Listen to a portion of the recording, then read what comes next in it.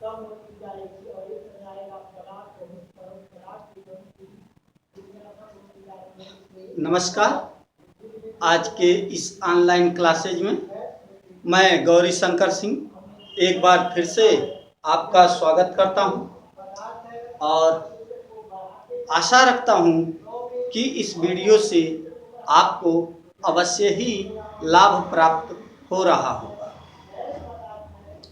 इस वीडियो में या इसके पूर्व के वीडियो में जो भी जानकारी आपको दी गई, अगर उस जानकारी से संबंधित कोई भी जिज्ञासा हो, उत्कंठा हो, संदेह हो, तो नीचे के कमेंट बॉक्स में जाकर आप अपनी जिज्ञासा को पूछ सकते हैं। देर सवेर आपकी जिज्ञासा का समाधान किया जाएगा, आपके प्रश्नों का सही और सटीक उत्तर दिया जाएगा।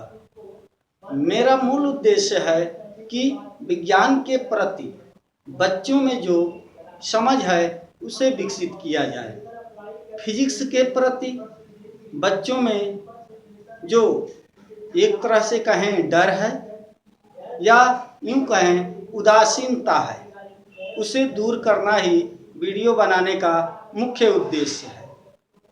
आपको वीडियो में बताए गए किसी भी जानकारी से संबंधित कोई भी तथ्य न समझ में आता हो तो उसे कमेंट बॉक्स में जाकर बेझिझक पूछ सकते हैं। आपके प्रश्नों का जवाब यथाशीघ्र देने का प्रयत्न किया जाएगा। तो चलिए आज का वीडियो हम शुरू करते हैं।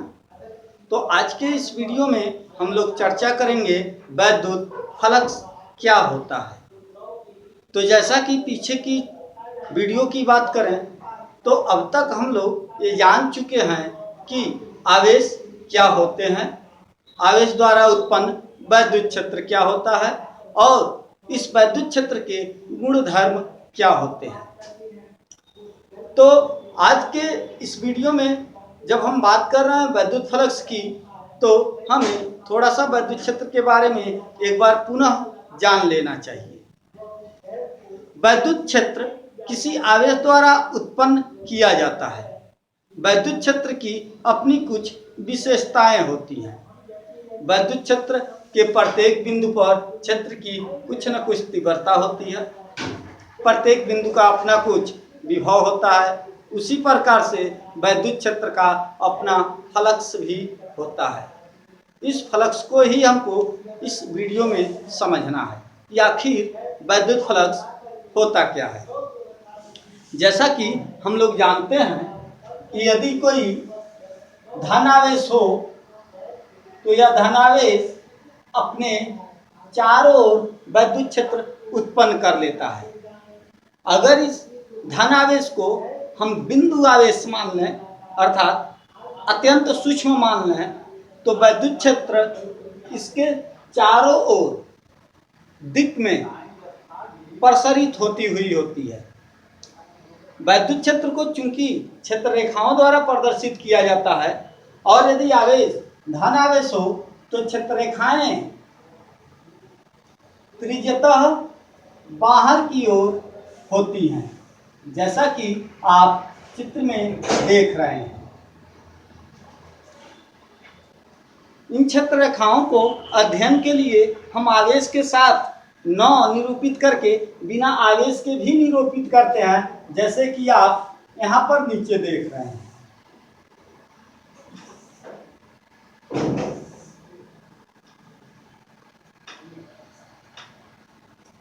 यह किसी आवेश के कारण उत्पन्न क्षेत्र रेखाएं हैं। आप मान सकते हैं कि यह जो क्षेत्र रेखा है यह इसी में से छोटा सा हिस्सा लिया गया है। तो अगर हम बात करें इसके किसी बिंदु पर कि यहाँ इस बिंदु पर वैद्युत क्षेत्र की तीव्रता कितनी होगी, तो इसके बारे में हम लोग पूर्व में पढ़ चुके हैं। अब पढ़ना है हमको वैद्युत फ्लक्स क्या है। तो अगर हम इस वैद्युत क्षेत्र में कोई एक पृष्ठ लें तो पृष्ठ से गुजरने वाली बल रेखाओं की जो माप होगी या आप थोड़ी देर के लिए कह सकते हैं संख्या होगी, वही उसका फ्लक्स कहलाएगा। इसको अगर हम 3D में सोचने की कोशिश करें तो जैसे आप कमरे में बल्ब जलाते हैं तो पूरा कमरा प्रकाश से भर जाता है, उसी प्रकार से अगर कमरे में हम एक आवेश ले जाएं तो पूरा कमरा वैद्युत क्षेत्र से भर जाएगा। जिस प्रकार से प्रकाश दिखाई नहीं देता है, उसी प्रकार से वैद्युत क्षेत्र भी दिखाई तो नहीं देता, परंतु इसको महसूस किया जा सकता है। तो हम कह रहे हैं जब किसी कमरे में कोई आवेश ले जाया जाता है तो पूरा कमरा वैद्युत क्षेत्र से भर जाता है। अगर हम बल रेखाएं खींचें तो कमरे की प्रत्येक दीवारों से कुछ बल रेखाएं गुजरेंगी। अगर ये बल रेखाएं काउंटेबल हों तो जिस दीवार पे आप गुजरने वाली बल रेखाओं को मापते हैं या काउंट करते हैं, वह उस दीवार से गुजरने वाला वैद्युत फ्लक्स कहलाता है। जैसे कि यहाँ के चित्र में अगर हम बात करें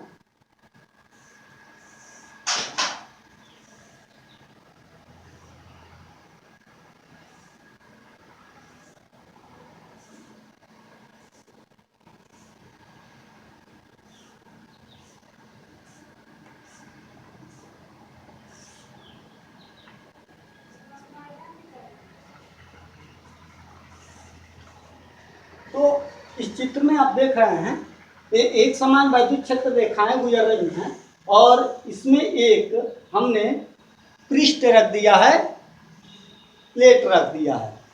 तो जाहिर सी बात है इस प्लेट से भी कुछ क्षेत्र रेखाएं गुजरेंगी। जैसा कि इस चित्र में देख रहे हैं 1 2 3 4 5, तो आप कह सकते हैं इस पृष्ठ से 5 बल रेखाएं गुजर रही हैं तो इनका फ्लक्स 5 होगा, या इस पृष्ठ से गुजरने वाला फ्लक्स 5 होगा।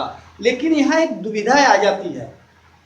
दुविधा यह आ जाती है कि वैद्युत बल रेखाएं काल्पनिक हैं और जब किसी आवेश के चारों ओर बल रेखाएं खींचने की बारी आती है तो अलग अलग प्रेक्षक बल रेखाओं को अलग अलग खींच सकता है।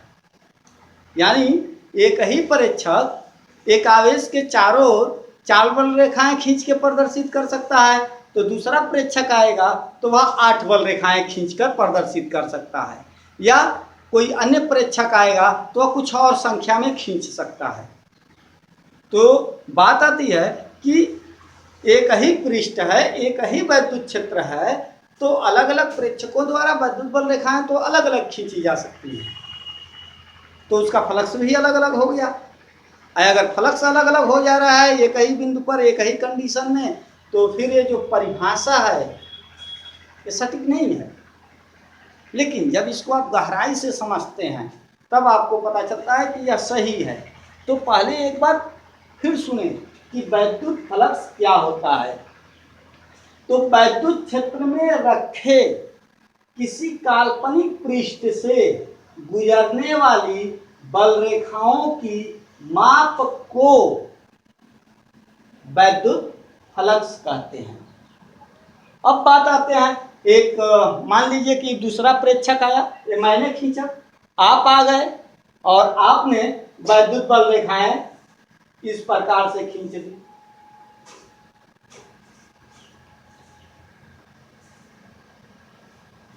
ओके,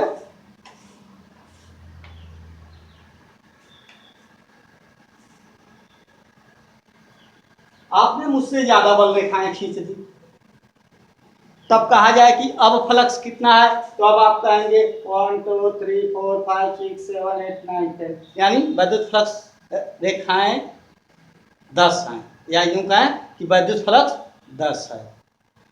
वहीं पर उसी वैद्युत क्षेत्र में वही पृष्ठ ले रहकर हमने खींचा तो हमने कहा वैद्युत फ्लक्स 5 है, आप कह रहे हैं 10 है, तो फिर कंफ्यूजन क्रिएट होता है कि फ्लक्स क्या बदलता रहेगा। तो ऐसा नहीं है, फ्लक्स बदलता नहीं रहेगा।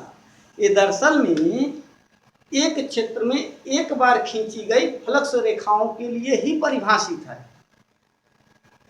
ये नहीं है कि आप बल रेखाओं को खींचने का एक प्रेक्षक अलग खींचे, उसी वैद्युत क्षेत्र में एक दूसरा प्रेक्षक आके कुछ अलग खींचे, तब की बात नहीं है।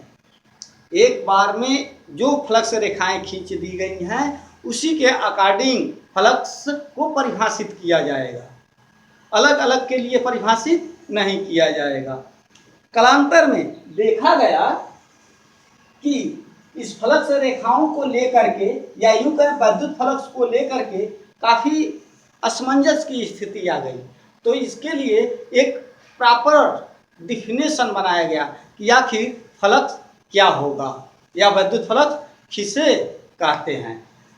तो वैद्युत फ्लक्स की एक दूसरी परिभाषा बनाई गई और कहा गया कि वैद्युत क्षेत्र में रखे किसी पृष्ठ से गुजरने वाला वैद्युत फलक उस पृष्ठ पर वैद्युत क्षेत्र की तीव्रता और पृष्ठ के अदिश गुणनफल के बराबर होता है। जैसे कि एक दूसरे चित्र के माध्यम से हम समझने की कोशिश करेंगे और यहाँ पे हम असमान वैद्युत क्षेत्र लेंगे। असमान वैद्युत क्षेत्र को प्रदर्शित करने के लिए यहाँ पे हम देख रहे हैं, हम क्षेत्र रेखाएं खींच रहे हैं। तो जैसा कि आपको पता ही है, यह क्षेत्र रेखाएं जो हैं असमांतर हैं, तो इसलिए वैद्युत क्षेत्र भी असमान होगा। और इसमें हम एक रैंडम तरीके से पृष्ठ ले रहे हैं, जैसे कि यह पृष्ठ ले लीजिए, इस पृष्ठ से यह क्षेत्र रेखाएं गुजर रही हैं। अगर इसको आप थोड़ा अच्छे से बनाने की कोशिश करें पृष्ठ को, याद रखिए, आप भी ध्यान रखिए, जब भी डायग्राम बनाइए बेहतर बनाइए, क्योंकि एक चित्र 1000 शब्दों के बराबर होता है। अगर एक बेहतर चित्र आप बनाते हैं तो आपका आधा काम वैसे ही हो जाता है।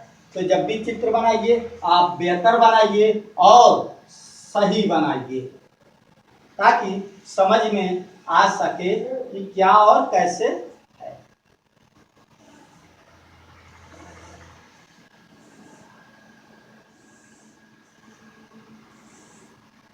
तो आप देख रहे हैं इस चित्र में लग रहा है क्षेत्र रेखाएं जा रही हैं और प्रवेश करके निकल रही हैं। तो अब इससे गुजरने वाला फ्लक्स क्या होगा? तो अभी थोड़ी देर पहले बताएं 1 2 3 4 5 वैद्युत क्षेत्र में रखे किसी पृष्ठ से गुजरने वाली वैद्युत बल रेखाओं की माप को वैद्युत फ्लक्स कहते हैं। लेकिन इसको लेकर के आपको असमंजस की स्थिति पैदा हो सकती है। तो एक अन्य परिभाषा बनाया गया और उसके अकॉर्डिंग कहा गया कि वैद्युत क्षेत्र में रखे किसी पृष्ठ से गुजरने वाला वैद्युत फ्लक्स उस पृष्ठ के या उस पृष्ठ पर वैद्युत क्षेत्र की तीव्रता यानी E और वैद्युत क्षेत्र के क्षेत्रफल यानी A का डॉट गुणन होता है। ठीक है? नहीं, एक बार फिर से समझ लेते हैं। मान लीजिए पृष्ठ है, तो इससे फ्लक्स कितना गुजरेगा?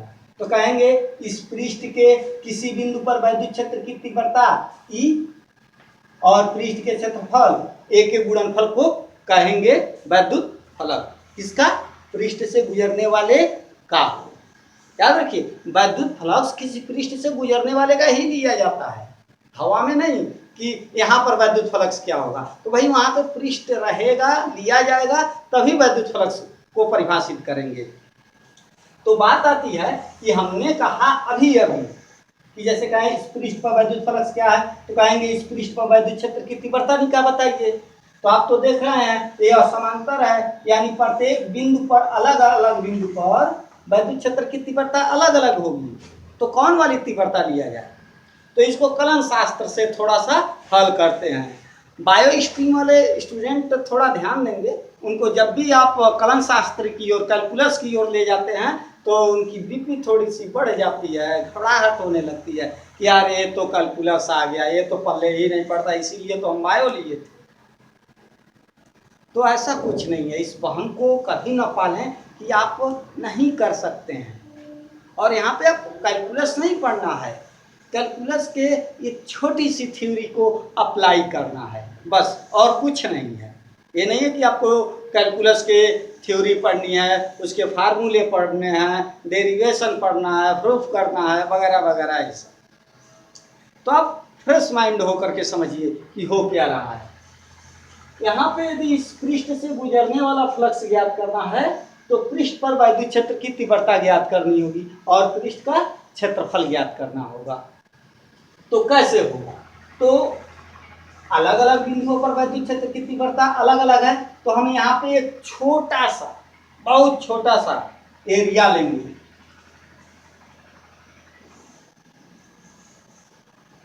एक बहुत छोटा सा एरिया लेंगे। एरिया का परिमाण कितना है, यानी एरिया कितना बड़ा है, डीए बड़ा है। पूरा एरिया याद रखिए ए है, और इस ए में से एक छोटा सा हिस्सा लिए हैं डीए। डीए कितना छोटा है, बहुत छोटा है, जितना आप सोच सकते हैं उतना छोटा है। तो जाहिर सी बात है, जब ये बहुत छोटा हो जाएगा तो वहां पर वैद्युत क्षेत्र की तीव्रता लगभग समान मान ली जाएगी। तो यहाँ पर यह डीए हो गया, तो यहाँ पे कुछ वैद्युत क्षेत्र की तीव्रता होगी, ई होगी। जब क्षेत्र बड़ा था तो अलग अलग बिंदुओं पे दिख रहा था कि वैद्युत क्षेत्र की तीव्रता अलग अलग होगी, लेकिन उसमें से हमने एक छोटा सा हिस्सा लिया, बहुत छोटा सा डीए।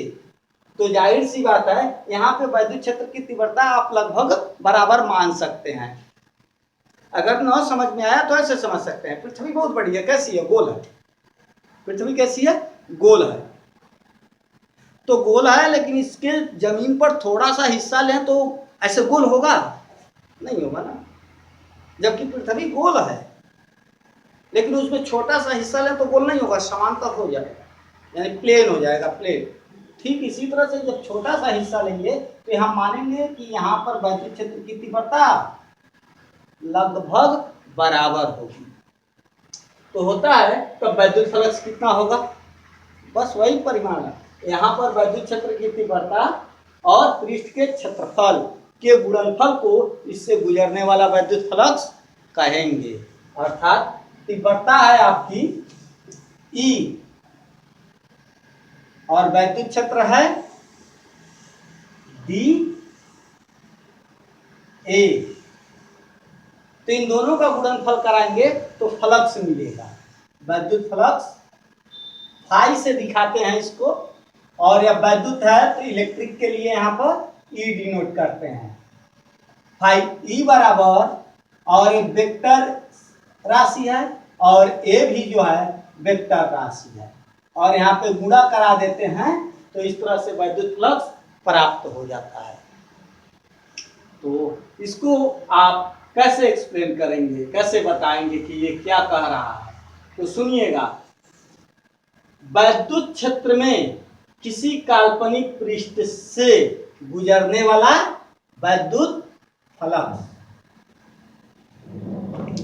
वैद्युत क्षेत्र में किसी काल्पनिक पृष्ठ से गुजरने वाला वैद्युत फ्लक्स पृष्ठ पर वैद्युत क्षेत्र की तीव्रता और पृष्ठ के क्षेत्रफल के गुणनफल के बराबर होता है।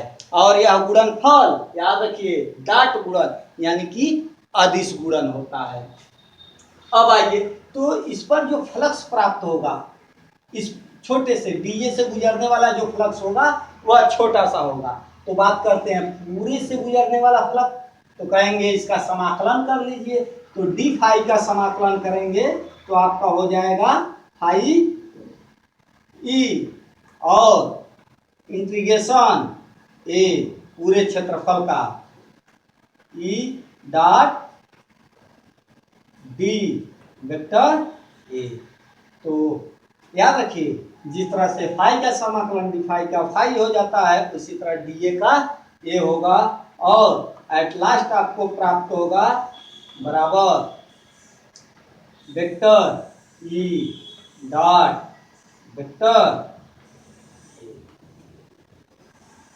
ठीक है, तो किसी पृष्ठ से गुजरने, या पृष्ठ है या वैद्युत क्षेत्र की तीव्रता है और यह फ्लक्स है, तो किसी पृष्ठ से गुजरने वाली वैद्युत फ्लक्स उस पृष्ठ पर वैद्युत क्षेत्र की तीव्रता और पृष्ठ के अदिश गुणनफल के बराबर होता है। और क्योंकि ये सदिश राशि हैं और इनको अदिश रूप में लिखा जाए तो ई ए कॉस थीटा होगा।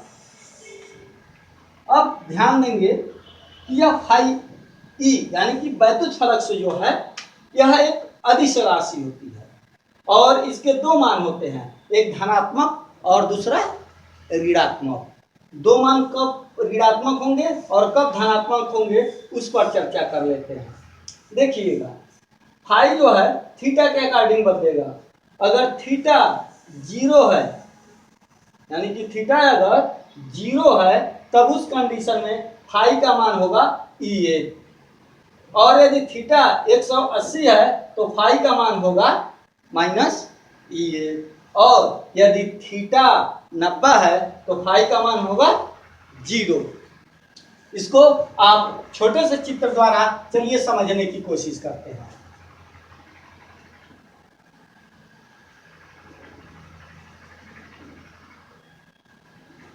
देखिए यह एक पृष्ठ है, हम वैद्युत क्षेत्र रेखाएं खींच रहे हैं।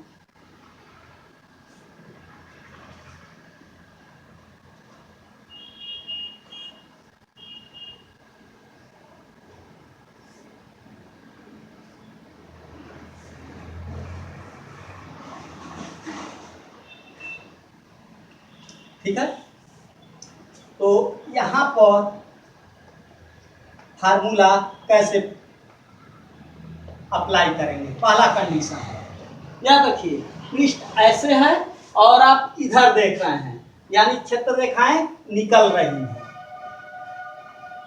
और एक ही दिशा किधर होगी ये तो हम जान ही चुके हैं। अगर यहाँ पर एक ही दिशा पता करनी हो तो एक ही दिशा बाहर लंबवत की ओर होती है यानी कि वेक्टर एक ही दिशा। तो ए और ई के बीच कोण कितने का है 0 डिग्री का है, तब इसके लिए पाई ई का मान यानी वैद्युत फ्लक्स का मान होगा ई ए कॉस थीटा, और थीटा बराबर 0 डिग्री। दोनों एक ही दिशा में है, समांतर हैं, और जब वेक्टर समांतर होते हैं तो उनके बीच का कोण 0 होता है। तो यहाँ पर फाई ई का मान हो जाएगा ई ए हो जाएगा। दूसरा कंडीशन देखिएगा,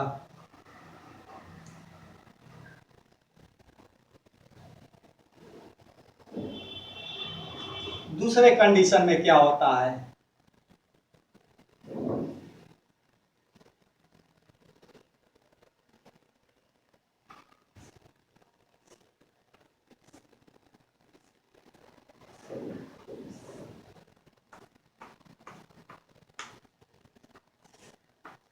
याद रखिए आपको चित्र को ध्यान से रीड करना है, समझना है। इसमें देखिए पृष्ठ कैसे था, ऐसे था, ये वाला दिख रहा था, क्षेत्र रेखाएं यहां से निकल रही थी। इसमें क्या है, क्षेत्र रेखाएं प्रवेश करती हुई दिख रही हैं।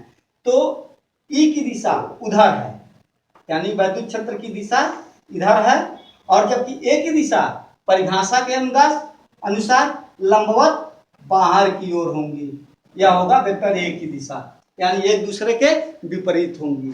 तब यहाँ पर फाई का मान क्या होगा, तो कहेंगे फाई ई बराबर होता है ई ए कॉस थीटा। तो कॉस थीटा कितना होगा यहाँ पे 180 डिग्री, और जब 180 डिग्री रखेंगे तो ये का मान माइनस ई ए होगा। अब एक अलग चित्र की बात करते हैं। पहले था एक ऐसे वैद्युत क्षेत्र ऐसे था, तो इधर प्रवेश करते निकलते हुए आप देख रहे थे, निकल रहा था, तो इस वाले में प्रवेश करते हुए देख रहे थे।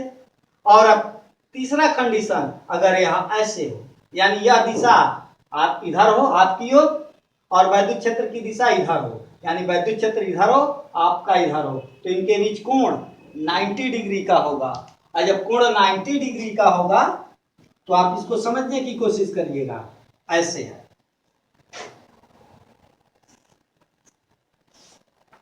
इस चित्र को आप समझिएगा, जैसे पहले इसमें प्लेट ऐसे था, अब प्लेट ऐसे जो है अब ऐसे हो गया, या यूं कहें ऐसे, और क्षेत्र रेखाएं इधर को आती हुई हैं। ये चित्र इस पर मेरे द्वारा 3D ड्राइंग नहीं किया जा सकता है, तो आप समझिए कि बस कोशिश करिएगा। क्षेत्र रेखाएं ऐसे हैं, या पहले ऐसे प्लेट था तो यह निकलती हुई दिख रही थी आपको ऐसे, इसमें था प्रवेश करती हुई दिख रही थी, और अब ऐसे है यानी कि ऐसे निकल जाएंगे, यानी थीटा इक्वल टू 90 डिग्री।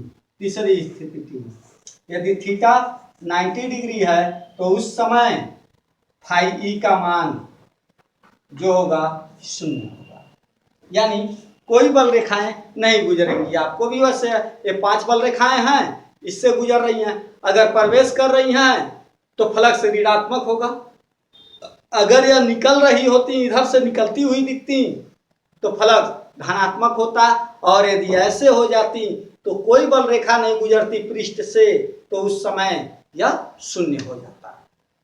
तो विद्युत फ्लक्स को चलिए सरसरी तौर पर एक बार और जान लेते हैं। विद्युत फ्लक्स क्या होता है? विद्युत क्षेत्र में रखे किसी काल्पनिक पृष्ठ से गुजरने वाले विद्युत फलक उस पृष्ठ पर विद्युत क्षेत्र की तीव्रता और पृष्ठ के क्षेत्रफल के अदिश गुणनफल के बराबर होता है। अर्थात विद्युत फलक फाई हो तो फाई ई बराबर ई ए कॉस थीटा या vector E dot vector A, दोनों रूप में कह सकते हैं। यह सदिश फॉर्म में है और यह अदिश फॉर्म में है। और याद रखें कि विद्युत फ्लक्स एक अदिश राशि है जो दो सदिशों के अदिश गुणनफल से प्राप्त हुए हैं। बात करते हैं मात्रक की, इसमें इसको किस में मापते हैं, यानी विद्युत फ्लक्स को कैसे मापा जाता है। तो सिंपल है, विद्युत फ्लक्स का वही मात्रक होगा जो ई का मात्रक होगा और जो ए का मात्रक होगा। दोनों के मात्रकों को गुणा करा देंगे तो फ्लक्स का मात्रक आ जाएगा। चलिए देखते हैं कैसे। जैसे कि फाई ई का मात्रक निकालना हो तो आप यहाँ नीचे देखिएगा, ई का मात्रक क्या होगा। ई का मात्रक नहीं जानते हैं तो ई बराबर क्या होता है, एफ अपान क्यू इंटू ए। तो पहले पढ़ चुके हैं विद्युत क्षेत्र की तीव्रता की परिभाषा में कि ई बराबर एफ अपान क्यू इंटू ए। एफ बल है, बल का मात्रक क्या होता है, न्यूटन। ए एरिया है, एरिया का मात्रक क्या होता है, मीटर स्क्वायर बटे क्यू, क्यू का मात्रक क्या होता है, कूलम। इस प्रकार से फाई का मात्रक जो होगा न्यूटन मीटर स्क्वायर प्रति कूलम होगा। तो विद्युत फ्लक्स के इस वीडियो में आज बस इतना ही। अगले वीडियो में फिर हम आपके लिए लेकर कुछ हाजिर होंगे। तब तक के लिए हम इजाज़त चाहते हैं। धन्यवाद, नमस्कार।